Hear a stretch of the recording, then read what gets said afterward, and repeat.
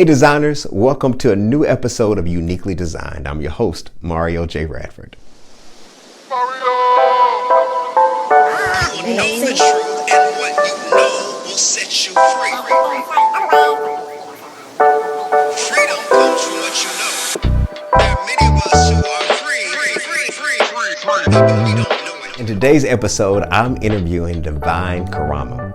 If I was good at spitting some bars, I would spit some bars right now, but I think y'all would tune out. He's not just known for his hip hop, see, I can't even say it, being a hip hop artist, but he's an activist. He's so many things to so many people and does so many things, as you'll hear in our time together. You would think that we've had many conversations, but this was one of our very first conversations. Now, I want you to apologize for the adjustments of our microphones because we got so excited that we weren't even really paying attention to how we were positioned in our interview.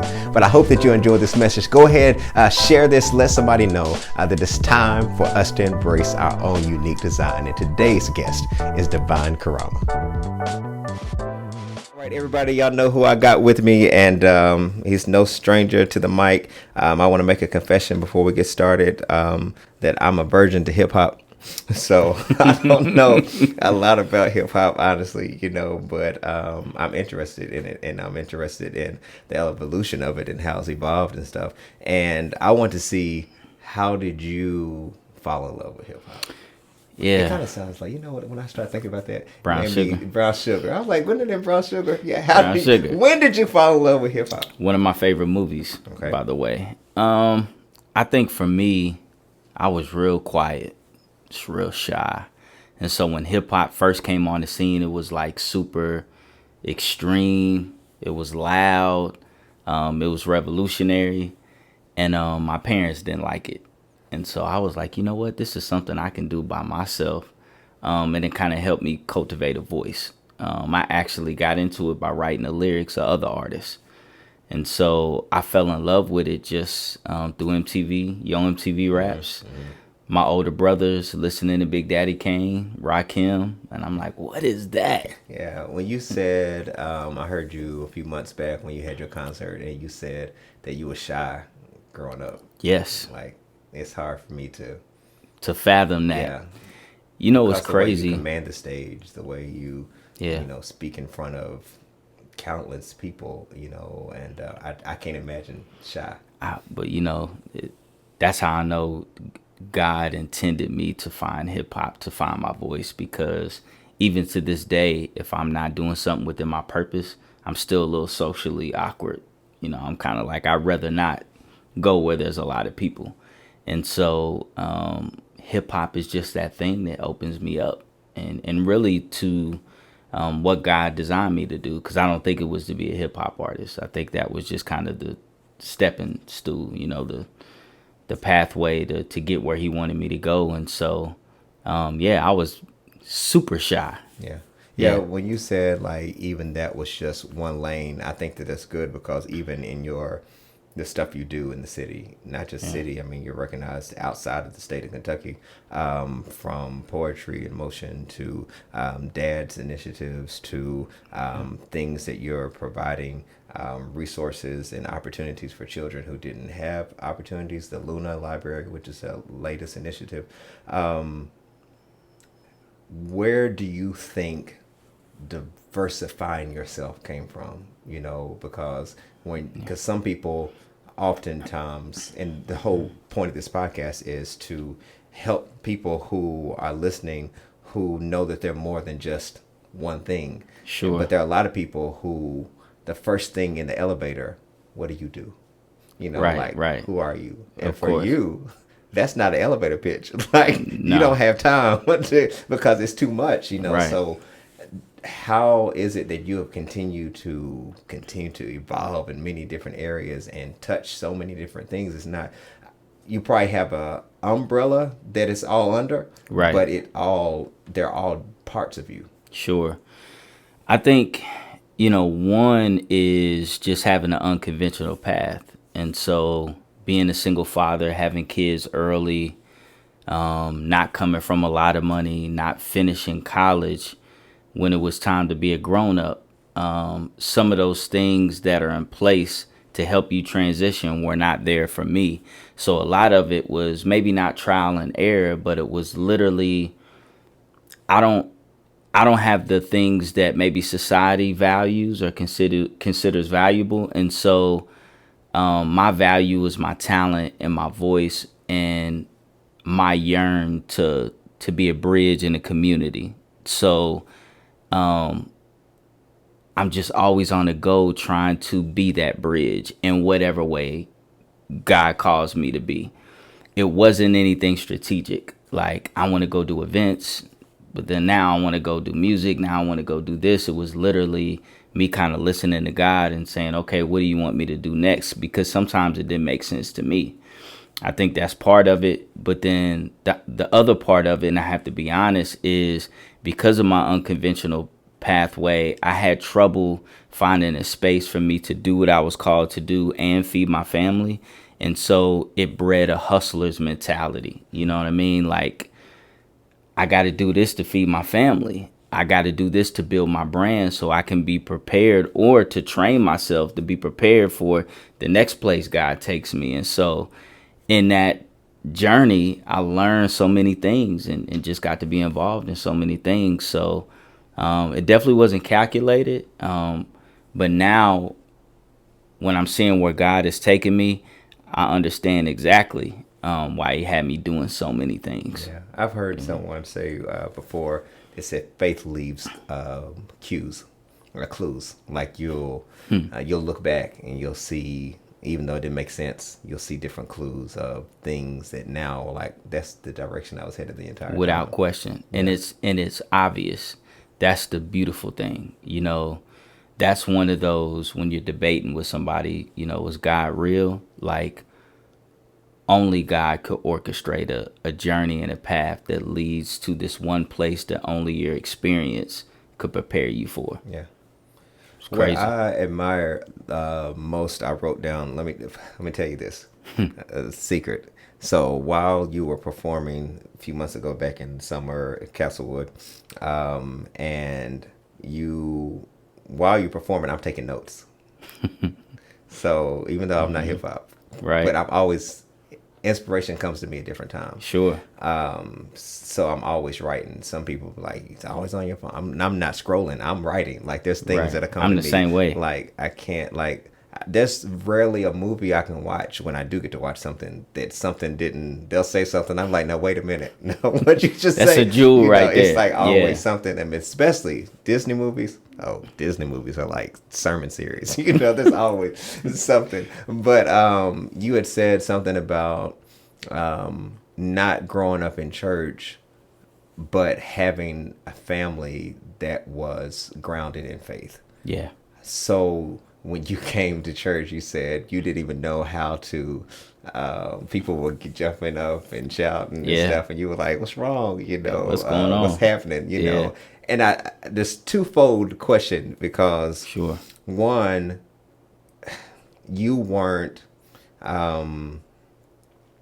do I want to say, you weren't labeled, or you weren't, there's a word I want to say, you weren't trained on how to be, because you didn't church. Yeah, I don't want to say that word. I want to say another word. My bad. You weren't, no, that's good. It's the same thing. I just want to say something else broader. But my vocabulary is limited. But there was another word. But you weren't churched in the sense of knowing what you could and could not do. That's right. So you came in just like, I'm just grateful to be here. I'm happy to be here. I said that to say, and I'm just shooting off thinking, you probably reach more people because you weren't churched than you would have if you were. That's just a thought that I have, because I believe that sometimes people who have been churched, and that's a word I want to say for those of you who are listening or watching, institutionalized. Right. Those people, see, I did go to school, but those people. I say, I've heard you preach a lot. I know Your vocabulary is vast. But I was that. a slow learner. It took me a minute sometimes. I graduated though. But Bryan Station? No, that's right. You didn't go Lexington. No, okay. I went to Jessamine County. Nick Shout out to all my Vegas, defenders out there. No diss. Yeah, just everybody to each his own. So, but Lexington, there is no school. My wife went to Bryan Station, so yes, I know defenders and all this stuff. Let her get around somebody else Bryan Station like defender. She turns up, talk man, different. I know it. Yeah, I know. Yeah, some of my greatest friends came from Bryan Station. But anyhow, but I'm East Jessamine. All of you all, the small population that's listening from Nicholasville, shout out to all of the minority. But anyhow, but because you were institutionalized and churched, is a more understandable word for those people who are in the religious community. I do sense or feel that those people who haven't been sometimes would almost get to ask for forgiveness and permission. Because those of us who have been, we're almost like looking for permission. Like, can I do that? Is it okay? Like when it comes to using hip hop or community, activism and all this type of stuff, we're like trying to have a meeting, get it voted on, make sure we got the budget for it. They can say we can do it. We can only do it on the first and the third Saturdays. All this stuff. Right. Versus those who haven't, they're just like, I'm trying to figure out why y'all not here. So do you feel like that has been a kind of guiding principle for you? As I've gotten older, yes. Because when I was younger, when I did get saved and change my life around, now I'm finding myself evolving into a space where I'm not around the same people that I was. So now I'm around more people that do go to church and are of faith. But the majority of those people came up through the church. And so now I'm in this new space of renewing myself, or God renewing me, yet I'm feeling awkward and in some cases, just being honest, feeling like I'm getting a stiff arm from people within the church because I was a little rough around the edges, because I didn't know gospel music. I was a virgin to gospel music up until a few years ago, you know what I'm saying? And so because I didn't know the lingo, because I couldn't quote scripture like that, because the way I dressed didn't match to what everybody else was dressing. And so it was a weird dynamic. That was a hard point in my life, because I'm like, I know I'm doing the right thing. This is where God wants me, but I'm in this space and these other people of God are looking at me crazy. So I'm like, but I can't go back. So it really, and I think I mentioned this a few months ago at the show, and I say it a lot, that there's nothing wrong with coming up in the church.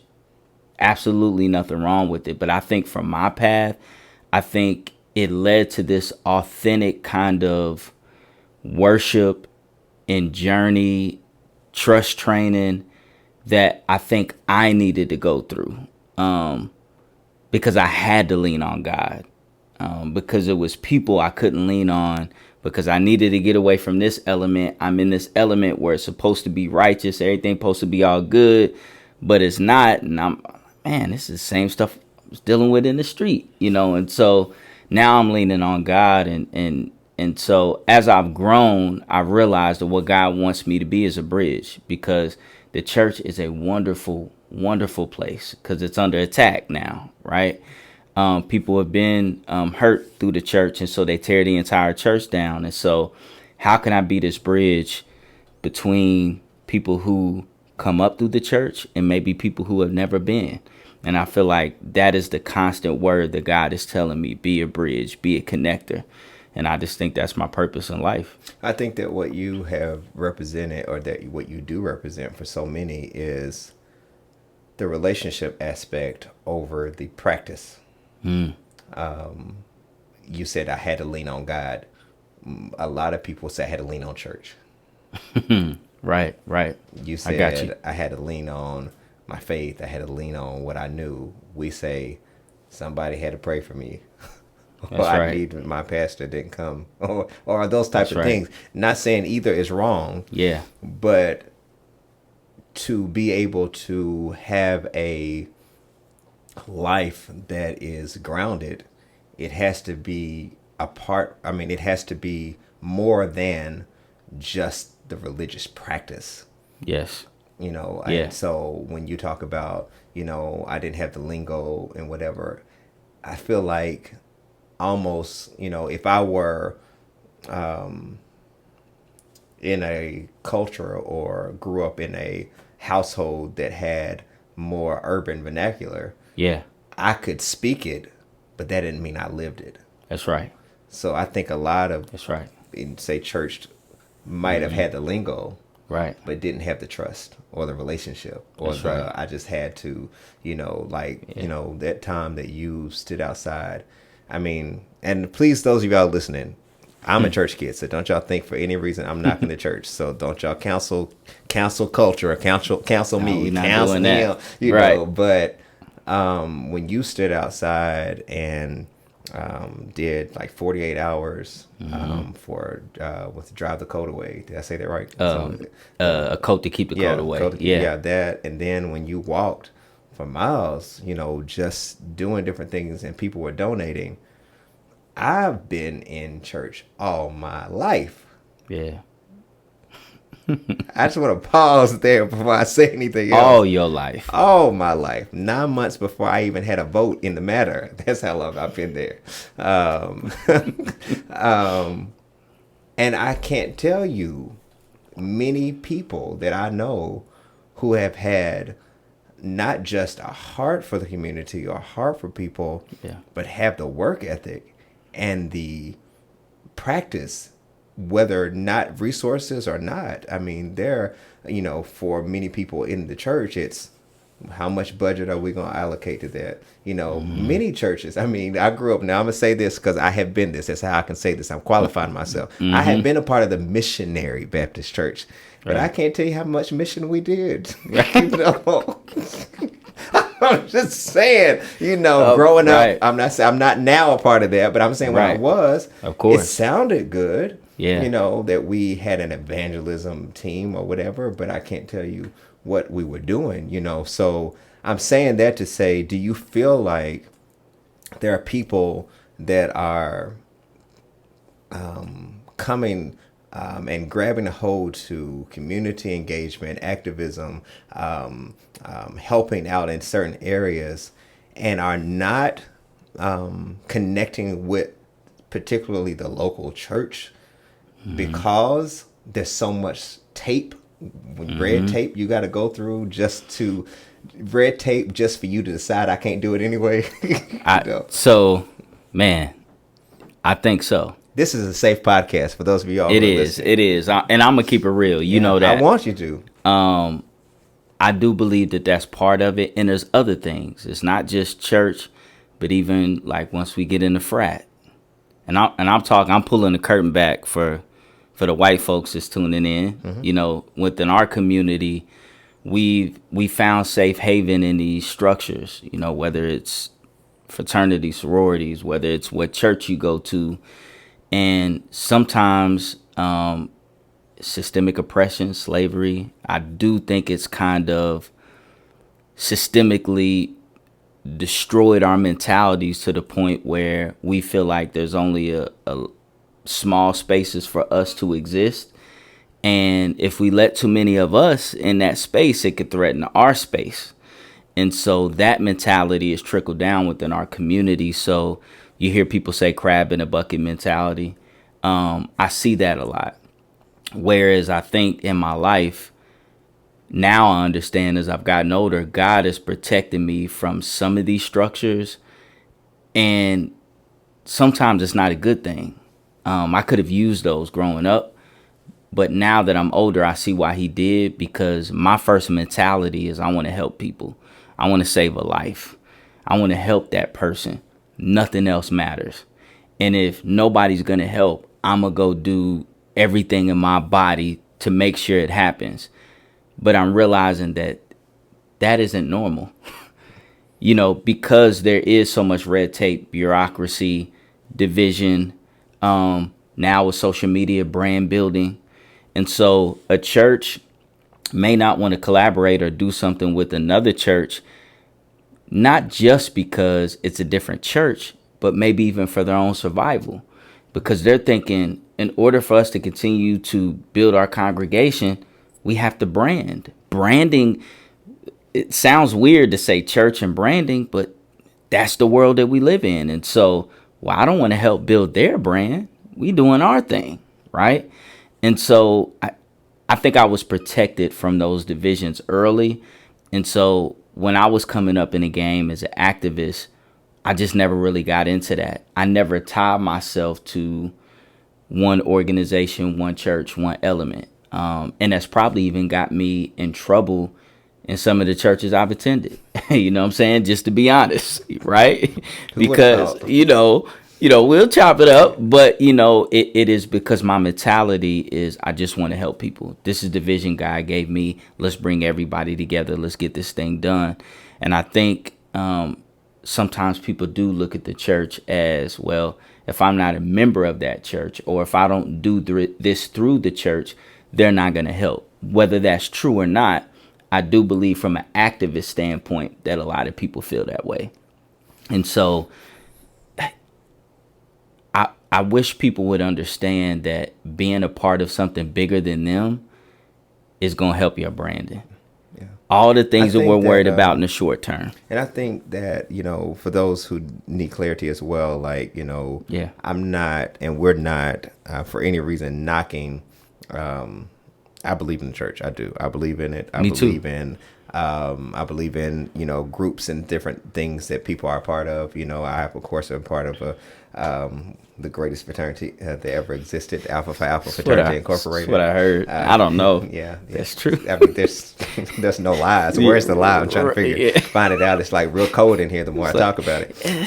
But a little nippy. Yeah, just a little. I mean, so everywhere we go. But so I do believe that the reason that sometimes the reason that a thing is established sometimes gets corrupted by people who try to shift the original intent and focus. Because as you said, a lot of things started because we didn't have other opportunities to do things. That's right. But that was not necessarily the intent to later on keep other people, away. That wasn't supposed to be. But sometimes people have become gatekeepers. Like if you don't do it this way, if you don't. And I want to speak on that too. Sorry to interrupt you, but that is, and I kind of want to lean to the other side because there's a perception from the outside looking in, and this is even within the Black community, that the gatekeepers control everything, and oftentimes those gatekeepers are Black pastors. I've even been in spaces where people of power of other races, they speak out loud about talking to Black faith leaders to get the pulse of what's going on within our community. And a lot of people don't like that. But here's kind of where I feel that there is a certain knowledge, there is a certain pulse, there is a certain legacy path that these men and women have laid that we do need to honor, that we do need to learn from. I think Common said it in the song Glory. We need the wisdom of the elders, but the young people's energy. You can't skip one or the other. The older guard can't say, man, these dumb young people don't know what they're doing, and hold on to that power. But these young people can't say, man, these old people need to get out of the way and let us do it. There has to be some reconciliation and communication. And I'm speaking from my generation. We got to stop calling them old. We got to stop saying they need to let go of the power. Because if you talk to a lot of them, they're ready to relinquish it. They're ready to say, hey, I'm not as young as I used to be. But they're not seeing any of these young brothers and sisters come up and get the guidance and the wisdom because they've been there before. And so I do see that as an issue too. People lump in Black faith leaders holding on to power, and they kind of have this ill perception of the church because of that. And I think that's unfair. And I think a lot of that comes from the certain imagery of the leaders in the city oftentimes came from some of their hurts that they had that made them some of the hard leaders that they became. That's right. That context. That's right. And I only learned that because, as a young person, well, younger than I am now. I still consider myself young, but younger than I am. Young. Yeah, we are. Yeah. You know, I remember, I'll say the side note, I remember when we were growing up, I remember 40, 30, and 40. Well, it looked so old. It was nuts. It was not like it is today. It was not Angela Bassett. It was not. It was not. For y'all non-church folks, when we used to go out, you see a 30, 40-year-old. Ugh. Where are we at? I know. We got to go somewhere else. It used to be. I look at it. Didn't look appealing, you know. But now that I'm 41, I'm like, pretty cool. I'm like, if you want to, if you think you can handle it, I mean, by all means, get here if you can. I think it's pretty cool. Yeah, I'm just like, you know, because everybody. I remember growing up and people would be like, yeah, knees start aching. You got to get up and stretch, and I'm like, I don't experience any of that type of stuff. I don't know what you're talking about, but to each his own. Yeah. But now going back to the older, I feel like some of them felt like they had to be that because of what they dealt with. Come on. You know, and it made them, sometimes you can do what you need to do so long that sometimes you become what you've done. You know, kind of preaching. You know, they come on. You know, they did it to protect themselves and then right. wound up protecting themselves. Look at our parents. Yeah. It's so many things. I tell young people, you learn what to do from your parents, but you also learn what not to do. Yeah. It's so many things that me and my wife talk about this when we talk about our parents and maybe some of the missteps or things that we kind of question. You have to take into consideration the context of the times in which they came up in. Only black people in America has every 40 to 50 years we have to completely change how we parent. We have to, because society, threats, upgrade, things change, dynamics change. And so our parents were the way they were because of what they had to do to simply survive. And look back at the 60s when they were doing activism. They were all in suits. They all right. had on dresses and bonnets and not the bonnets, Monique, not that one. Yeah. But they Mario, we're not doing that. We are not talking about bonnets on this episode. I refuse. I'm a girl dad. I'm not getting in trouble. I'm saying y'all keep your bonnets. Do what you do. You look lovely, you know. But I'm not saying that. But the gloves and the hats and all that type of stuff, because in that time, that was their best clothes, because many of them worked as the help. Yeah. They worked as mechanics. They worked in jobs that they could get. Yeah. So when they were representing their people, they came out, you know, with what we used to call Sunday best clothes. That's right. But now you see activism. You see Black Lives Matter T-shirts. You see us in blue jeans and whatever. Yeah. And it's not because our pride is not in our apparel. It's now in what we're moving towards and what we're doing and making a change. And that means if we got to, you know, put on this T-shirt and put on these jeans, because if I got to get down, I got to get down. Come on. You know, that's right. We got to be ready. That's what we got to do. We stay ready, you know. So all those types of things in context, when the older generation in some regard is saying we're trying to change, we're like, no, we're not trying to change what you all did. Mm-hmm. We understand why you did what you did. That's right. But for this day and for this time, what you did won't work necessarily in this particular way anymore. That's right. Just like my dad, you know, he preached in a suit and a tie and a robe, you know, and the choir marched in and all that type of stuff. Mm-hmm. If I did that same thing in this context today, you know, we would call that Throwback Sunday. That's right. Know? I mean, word. Something, I mean, you know, because there's a group of people, as you said, you know, who have no context for that. So they don't know, let's do old school church. They like, old school where? I just got here. I don't even know what you're talking about. Come on. I know God. I don't know that. I don't know how to shout. I don't know none of this stuff. I just know I feel this. This is good. I like this. I want to keep this. Come on. You know, so yeah, I don't know where I was going with it. But I just, you know. But to the old, like you said, that old youth dynamic, I think there are things that and we're still young, but we're the bridge though as well, because I always say this, and we're the same age. So I remember life before, not just social media, but before the internet.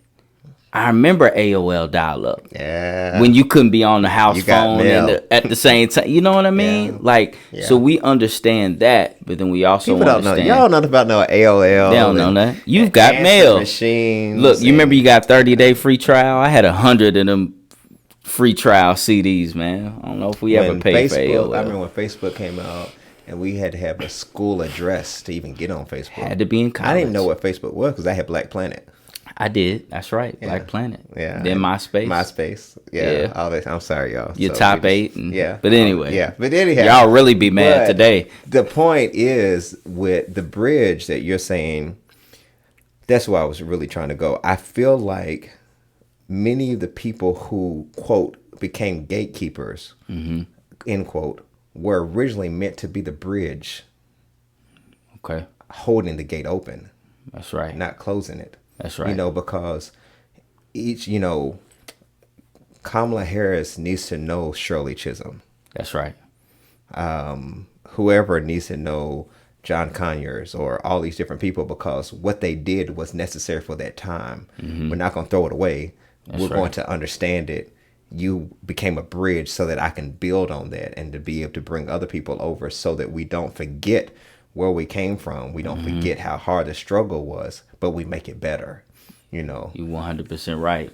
And I think that's the same thing with faith or anything. Yeah. Like, we're not throwing it away. Like, your hymn books, your steeples, it was great. I Right. loved it. I have funny stories from it. It was wonderful. Right. However, for a generation of non-faithers, a generation of people who believe in the universe and believe in rocks and crystals and stuff like that, Yeah. there is a reason that they're shifting and going to these different mediums, not because they're anti-God. Right. They're anti that. They're on. anti your packaging and anti you trying to make them something they're not even familiar with and have no clue about. Right. So can you bridge and explain why you do what you do? And that's where we have had a disconnect, because many people did it but never knew why they did it. So you can't explain something that you don't even know why you did. A whole generation of that. Yeah. Yeah. And two, I would say this too, because you bring up a good point.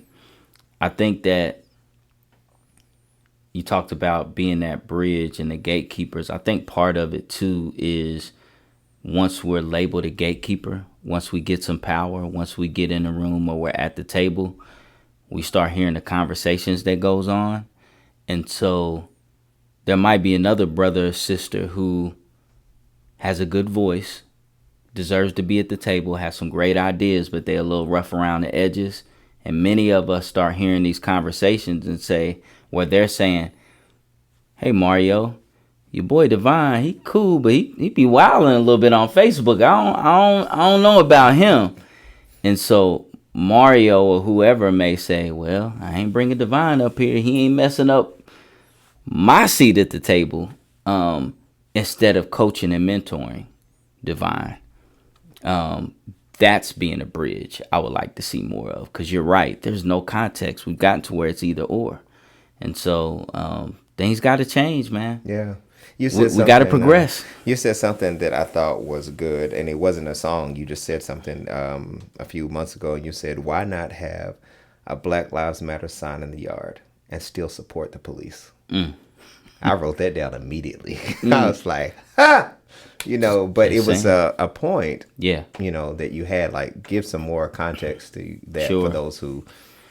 Yeah, because I think, again, so much of what we're doing and seeing is led by narratives, is led by politics, is led by win-loss. It's not being led by what's right. It's not being led by wanting to be better.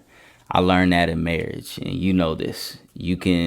There's some days where you can have communication or miscommunication with your wife, and in that moment you can say, do I want to be right or do I want to be happy? And I think in society we are led by the yearn to have a moment, the kids call it clout chase, right? And I just feel like it's in the shades of gray where a lot of the intersection happens. I feel like even when it comes to, and we about to get deep, church folk. Ready? All right. Even when it comes to, let's say, try to think of a topic. Okay, I'll give you a prime example. It could be abortion, right? Hot topic. And politics have framed this as a spiritual debate. If you are pro-life, if you love God, how could you support abortion? But what if, as a father and a Christian, the way I'm going to raise my family is to say, hey, I'm pro-life. I believe that we should trust in God. We should give birth to this baby if that is where we are. But at the same token, you are a young woman and I cannot tell you what to do with your body. I can have a belief. I can have faith and have a belief, but I can't control somebody else. How can you legislate somebody's body the same way you can't legislate somebody's beliefs? So when Barack Obama says, I grew up in a household where I was taught that it was mother and father, per the values that I learned spiritually. However, that has nothing to do with another human being. I can't control somebody else because of what my belief is. There's context, there's wiggle room in there. That's just an example. We don't play in that. We don't play in those spaces of reality. It's all sweeping narratives. You either have to be over here or over here. You're gonna get all of us in trouble. So Look, I know. Look, I'm gonna stop. I'm gonna shift gears. Let me bring it back. No. Black this lives. This is called thinking out loud, and this is for. But just to give context, come on. This is for. This is why I wanted to create this. This is not just for people of faith. I wanted to have a podcast and a platform for people who want to have conversations and have not been given permission to just say something without getting spanked. Or hit on the hand, like you don't say that, you don't question, but you hit it on something that I kept, I was like, oh, we're going to get in trouble. But it wasn't about you. It wasn't what you said. It was even the topic of gender norms. That's it. And those type of things. And you see teenagers now, Dwayne Wade's, it's she and they and all these different things. Putting your pronouns. Yeah, all that, and I don't know what to say sometimes. So I just say, how are you? I don't know what to say. You got a cash out? You gonna be cash out? I said that the other day. Like I don't know even how to. I'm not really sure. When they say I'm a they, I'm like, okay. Hell, it's so great to meet you. I don't know, But even though I'm not laughing at the person, please know that it's not that. But it's when it comes to, let's hear this for those of you who are, yes, y'all know, I pastor, all this type of stuff. I believe in the principles of God. I believe in the principles of the Bible. I believe all of that stuff. But what I believe more than any of that is in the love of God. That's it. And I think that our beliefs and our rules have taken front seat to the love.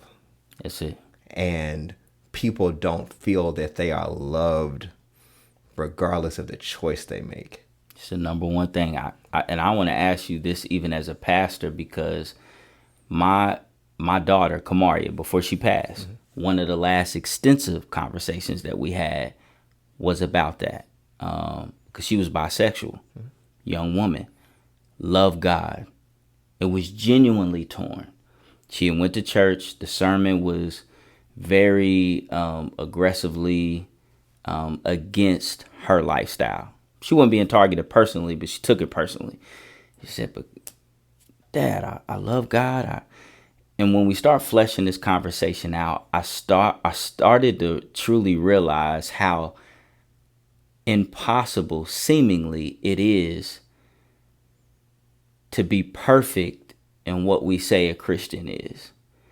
I sometimes hear people will say, when it comes to sexuality, right? They'll be like, you can't be a Christian and you out here sleeping with the same sex. But then somebody will respond, but yeah, you say you a Christian and you out here lying and you out here doing this, that, and the third. And when I was fleshing this out with my daughter, that's the beauty of the journey of perfecting your walk is because there is no template. There is no perfect way. It almost seems impossible, right? That's why Jesus is him.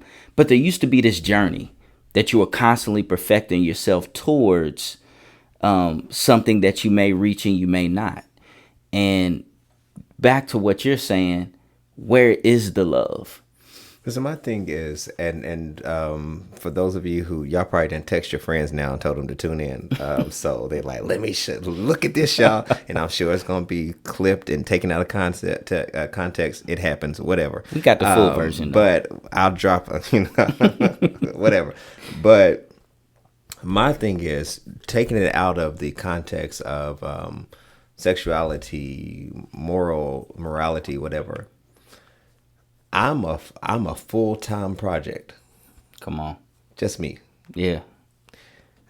I have so much that he's got to work out in me that I don't have time.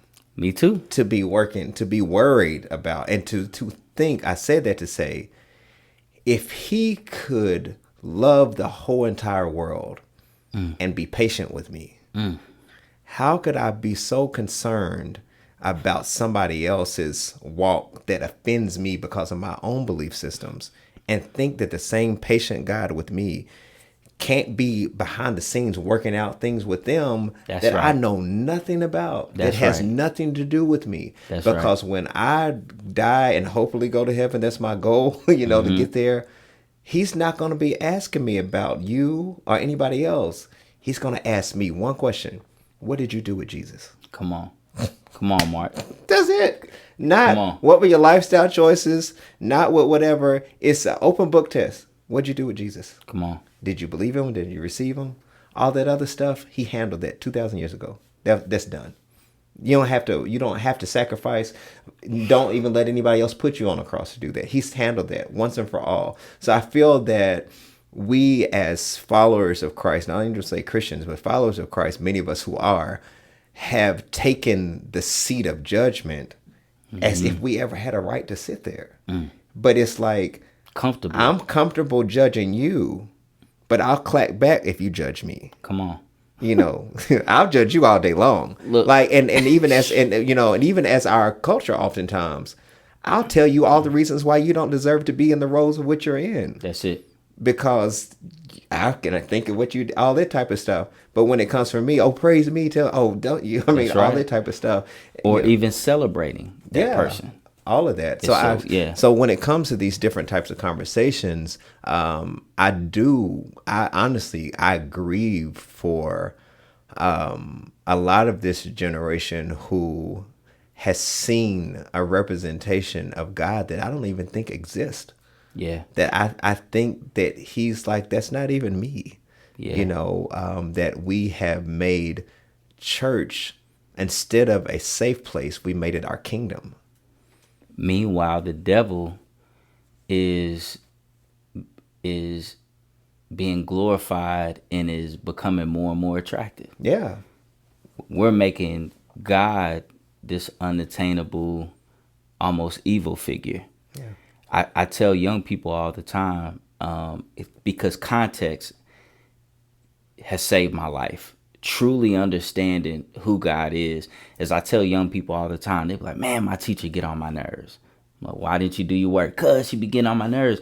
And then next class, I got another teacher, and I be having 3 different teachers in one day. They got different personalities. I got to deal with them. She get on my nerves. She come in with attitude. And I said, that is a lot, dealing with the 3 different personalities. I said, so what do you think about your teachers?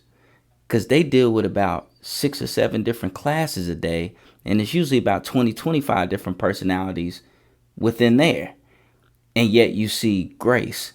Yet you see them still maintain that professionalism to make sure you get yours. Because your teacher going home, she got a house, car. They still ain't getting paid enough, but they got a house, car. They're going home to their family. She's trying to help you get yours. What you talking? She's straight, whether you learn or not. And still she can maintain through your disrespect. What God does for us, how dare I judge somebody else in this unperfect world with all of this craziness, all of these narratives, all this access to different things. Young people are listening to podcasts, they're listening to music, they're watching TV. You got all this stuff coming in. Like, who are we to judge? And like you said, if we go to our own life. I remember when I started, Man, I decided that I work out every day, but I realized that my system of working out is different than a trainer's system of working out.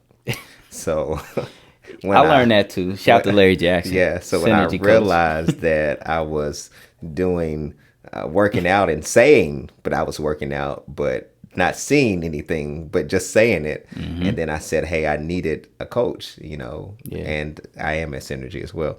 Yeah. And He'll get you right.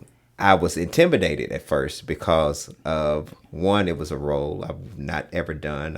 I've never been known for having a six pack or body, all this stuff. But hold on. Just touch your neighbor, say hold on. But anyhow, I didn't have any of that type of stuff. And I was like intimidated by, I'm seeing these people and everybody's whatever. And everybody's like, I've been here 4 months and 3 months and 4 years. And he said to me, and the coach and some other people, they said, everybody's journey is different. Everybody's journey is different. Don't worry about them. We're here to help. We're not intimidating. And I think if we could get that in the whole faith community, that's at a gym. Come on. 6 o'clock in the morning. People's breath barely was right. Come on. We barely there. But Yeah. they're all saying we're all on our own journey. We ain't here to judge. We all working on something. If we can ever get we're that. not here to compete. Yeah, we're not even competing against each other because your body goal is and your weight structure and your makeup and your build and your bone structure. We're gonna all have different results. That's right. But we're all under the same coach. And that's come on, we want to be healthy. We're all under the same coach. That's it. We're all at the same part and we're all in the same membership. But we're all gonna have different goals because we all have different journeys. We all gonna go. We all came in separate cars. We came in here for one goal. And if we could get that concept to say, in our communities, not just faith, but as a people, to be like, you do what you do, I do what I do. But can we at least, like Rodney King, can we all just get along? Can we all support each other and be able, That's like, it. you know what, your light shine. Like when I went to your concert, I wasn't on program. I didn't do the prayer or whatever. Like it's for many of us, it's like I won't show up unless That's right. I'm a part. No, Yeah. I show up because you're there. Yeah. I show up because you're an extension of our community, an extension of me. I don't have to understand what you do. I don't rap, but Yeah. I support you. But it's that support. That's what's important. Like if you're in the room, I'm in the room. Yeah. And but that's the community aspect. And not to even get on that, but even at that show, it is about us all having individual gifts that work uniquely together for a greater purpose. Like when I think of how the human body works, when I was in biology, I think I was at LCA. I was having some trouble with Taste Creek, went to LCA for a year and came back. But when I went to LCA, shout out to Miss Schmidt, and I was learning how the body worked. I'm like, man, only God could create us. Like just the subtle nuances of how it all connected and how if one little thing is off, there's no way we can stay alive. I look at community like that, even the church. Yeah. We all different, but we all need each other in order to be at our best. Yeah. So I agree with you, man. Yeah. Well, y'all, as y'all know, we could do part 1, part 2, part 3 because this will not stop. But I got some on the spot questions I want to ask you that have nothing to do with this deep stuff. What are you binge watching? Binge watching. Okay. Right now I am watching something called Safe. It is a show on Netflix. I fell in love with these UK shows. Okay. I forget the guy who is the writer of the majority of them, but they're kind of these quirky, criminal drama. That makes you think a little bit, the crazy endings. And so it's got to the point where I don't even like movies as much. Like miniseries. Like when I watch a movie, I'm like, whoa, it's going too fast. Let's develop the characters. And so I'm heavy on Netflix right now. I got a few shows on Netflix. Favorite artist?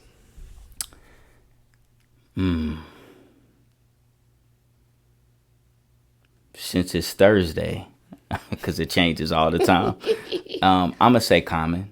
Okay. I like the bravery of Common. You know, hip hop was so hardcore in the '90s, and he said, you know what, I'm gonna be the antithesis. I want to provide some balance, and he was just so positive and dreamy and thought provoking, and he had so much hope. So I would say Common. Okay. What's on your nightstand? A lamp, about 4 books that I have never and probably will not read. Just Tell the just truth. being honest. Just display. Yes. There's a bag of unfinished gummy bears, and my remotes. Okay. That's it. We go to your car. What's playing? Ooh, on the way here. Okay. You mind if I look at my phone real quick? Yeah. So this is a playlist given to me by my mom and my brother. So I'm gonna let you know exact. I'm Team Apple Music, by the way. Yes. Nights Over Egypt, the Jones Girls. Okay. It was a playlist. Remind Me, Patrice, Rushan, and Herb, Albert. I think is how you say it. Making Love in the Rain. So old school. Took me back to the little Earth, Wind, and Fire in the playlist. You know what I'm saying? So yeah.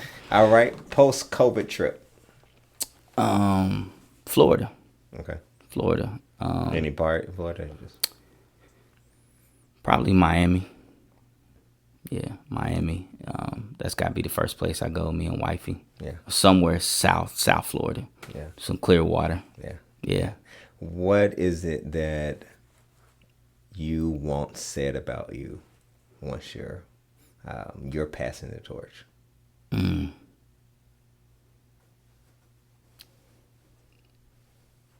This may not answer the question, but I got to be honest.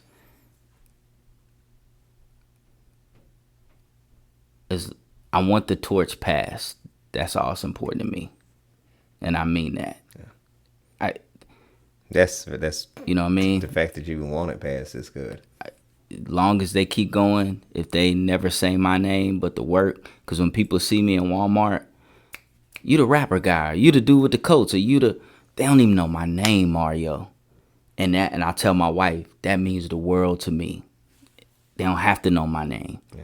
But if they know the work, if they know God and why I did it, I'm cool with that. Yeah. You know what I mean? Yeah. Yeah. Very few people know the name. It takes me back to the old school song, "May the works I've done speak for me," you know. So yeah, that's it. Yeah, that's good.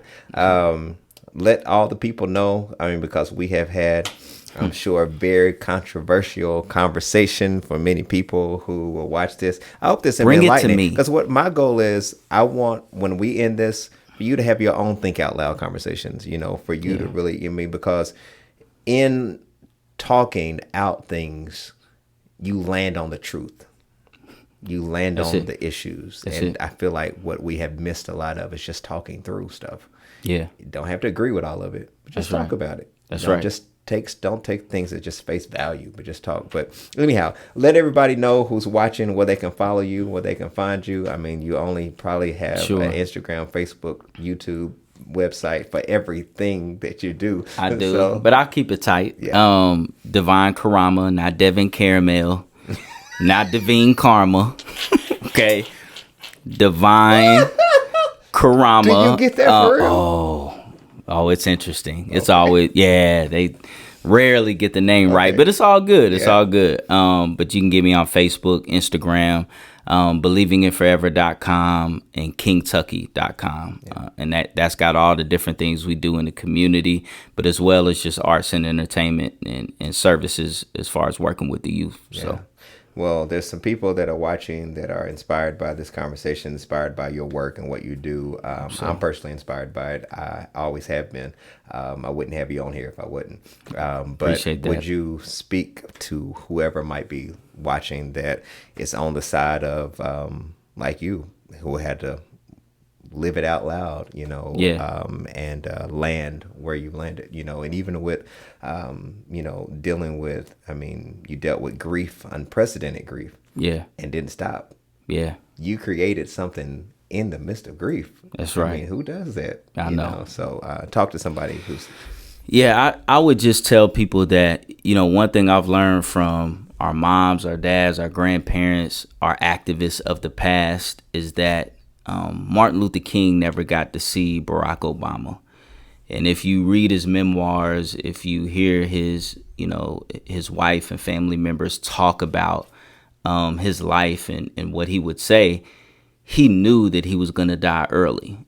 And so the bravery to be able to push through, even though you may not see the fruits of the work you're putting in, is a beautiful thing. And I would just tell people that, it's legacy. And your legacy outlasts your life. It's not just about what you collect while you're here, but what do you leave behind once you're gone? And so if you're not getting the clout or the views or the Facebook likes that you feel you deserve, just believe in the legacy that you're leaving behind. And that's what's always pushed me through the hate, through the love, through the ups and downs and the hard times, is just knowing that I'm leaving behind a legacy that God intended me to leave, and the rest will take care of itself. Couldn't say it better myself. As always, thank you for our time together. Thank you all for tuning in. And I see you. Thank you again for tuning in. Remember to like, subscribe, or even rate this podcast wherever you're listening to it. Or comment if you're watching this on YouTube. And remember to share it with whoever you know needs to hear it. Until next time, breathe in. Be the best version that you can be. Everybody else is taken. And remember to embrace your own unique design. I promise you, somebody will. See you soon.